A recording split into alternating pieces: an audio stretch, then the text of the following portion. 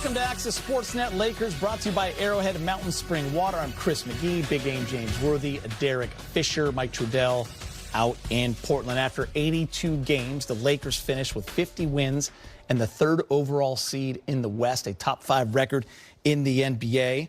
The Lakers will now wait for their first round opponent.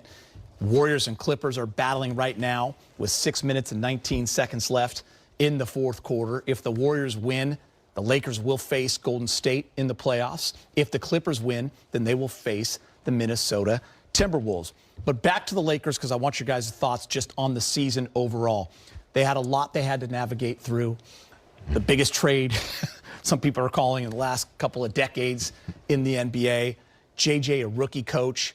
You got to be super proud of this team, James and Fish, and just the way they came together, the way they played, and how much fun and joy they brought to Laker fans.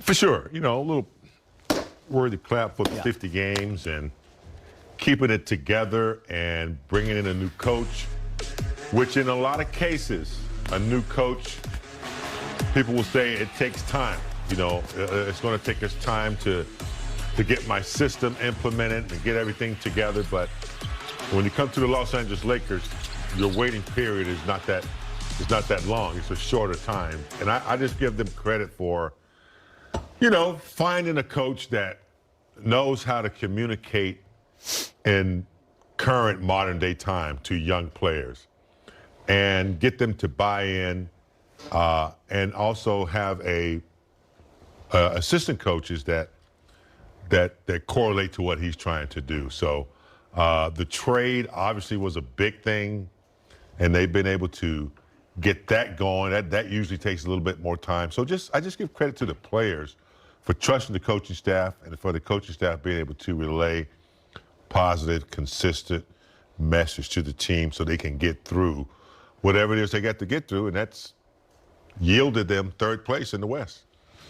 Yeah, I mean, at the start of the season, you know, like James was saying, a young coach comes in, first-time coaching. In order to have this type of season, in most situations, that team needs to be playoff or championship ready. And I don't think anybody would argue that the roster at the beginning of the season was not necessarily, you know, we weren't picking the Lakers to necessarily finish top 3 in the West. And then even post-trade, it's not a perfect roster per se, but what I do believe has happened in this first year is that JJ Redick, Rob Pelinka, the front office, players, coaches, there's a winning culture that's almost been established in short order, right? It's not just a bunch of talent and we went out and bought the best free agents we could buy, and so we're just better than everyone else. They've actually built a winning and team culture where players feel bought in, they feel connected, they feel valued and respected, the coaches communicate clearly, and everyone's on the same page. That's a good thing to see, man. Yeah, and you look right now with 50-win seasons, first season as a coach in franchise history, and he joins that list right there with some absolute legends on it and NBA champions like Pat Riley, Phil Jackson, Frank Vogel won a championship. You see Bill Sharman, Jerry West, Paul Westhead.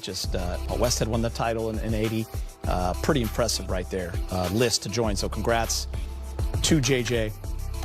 So the Clippers and the Warriors are battling.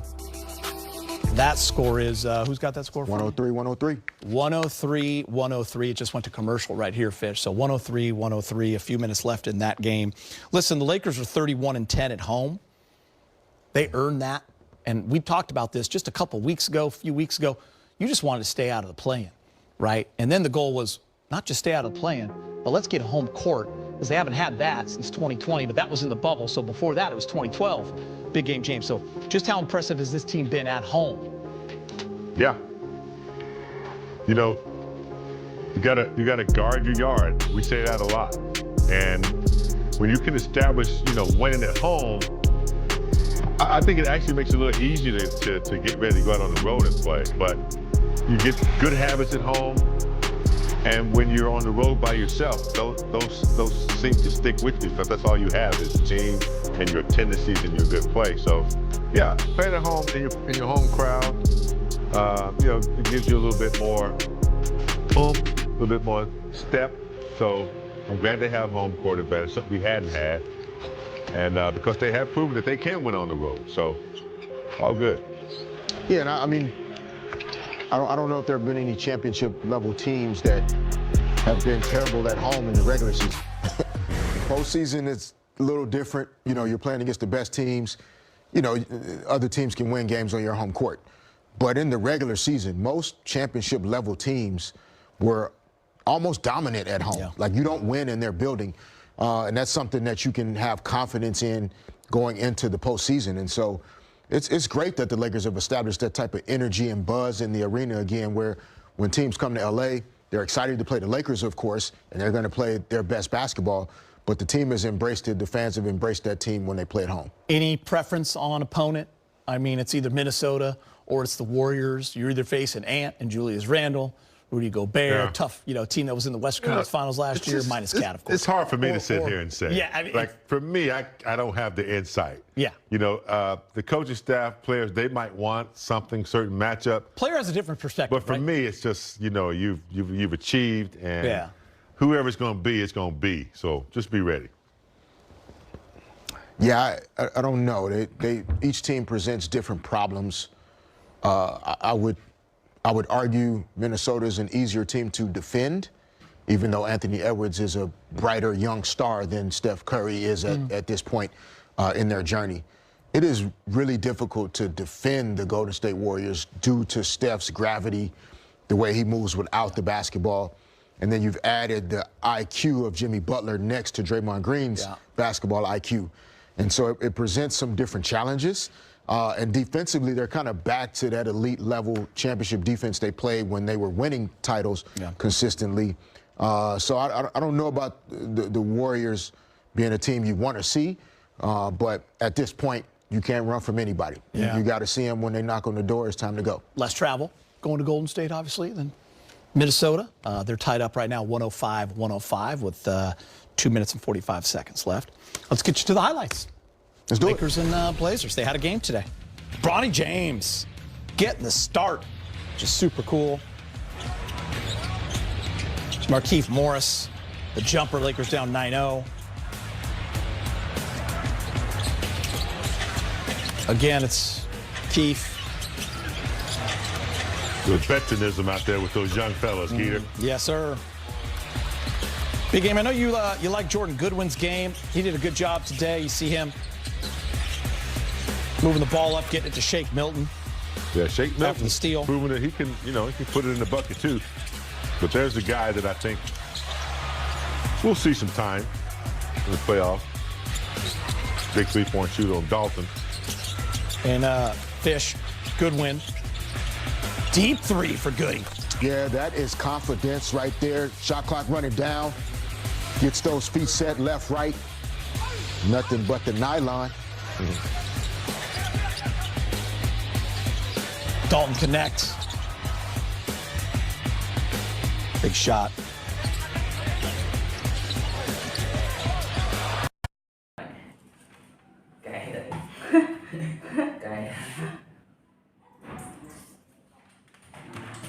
Chẳng chơi.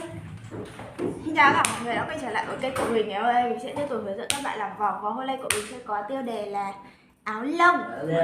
Mọi người, hôm nay vòng của mình sẽ có tiêu đề là cao su. Nhai đi nhai lại. Nhai đi nhai lại. Bây giờ mình sẽ bắt đầu lấy lại. Trở lên rồi. Bánh mì rồi. Bây giờ rồi. Quân vậy rồi. Mọi người thì ăn. Úi giời. Xin cảm ơn. Vẫn này. Nước chè, đúng rồi. Mẹ ơi ấy, làm gì đang? À đi à? Đi à? Đi rồi, cậu con đi à? Nhắn tin Đi à? Hai đứa này tối ra nhậu nhá. Nhắn Long nhắn tin cho nhóm Ra đây cái gì? và tối ra nhậu. Hôm qua anh Kiên bảo là chưa rồi hôm nay anh Kiên nhậu rồi. Hôm sau thằng Long ăn một thằng xôi với lại Long thằng kia. Vâng. Nhắn cái gì cơ? Bảo anh. À mà không bảo anh kia nhắn gì? Hôm qua Phong lại ra đây làm. Cái à. Không biết là thằng Nghĩa lên công ty rồi. Thì Nghĩa nó bị điên mà.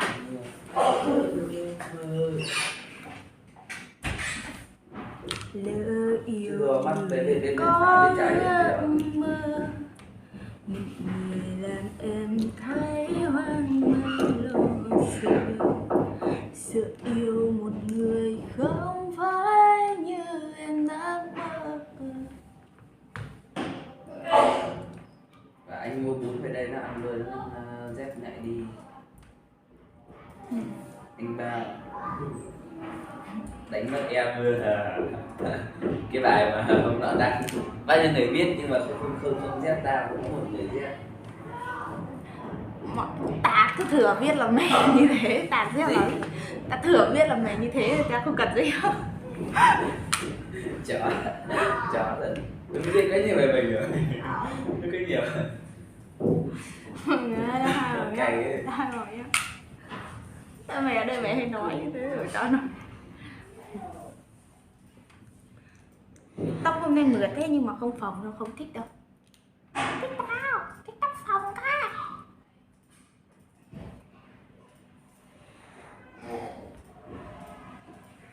Đen.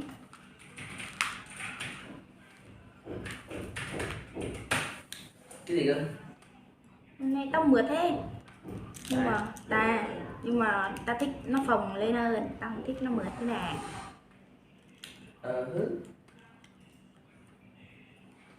Tiếp tục là màu vàng nha. Tóc đẹp áo này nhìn mặt to lắm không phải.